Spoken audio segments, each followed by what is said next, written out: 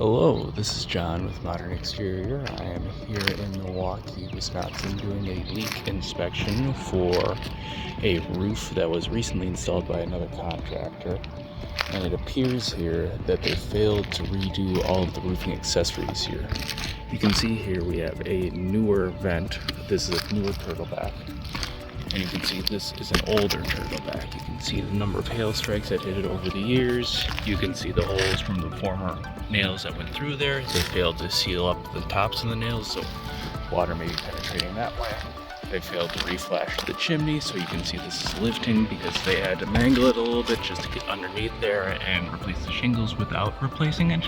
And this is the culprit for our main leak here. This is a very old bathroom or a kitchen vent that they failed to replace. You can see it's lifting really good. We had about 10 hours of rain yesterday and water was leaking through around the sides of the flashing here, causing all kinds of issues with the drywall underneath. This is John with Modern Exterior signing off.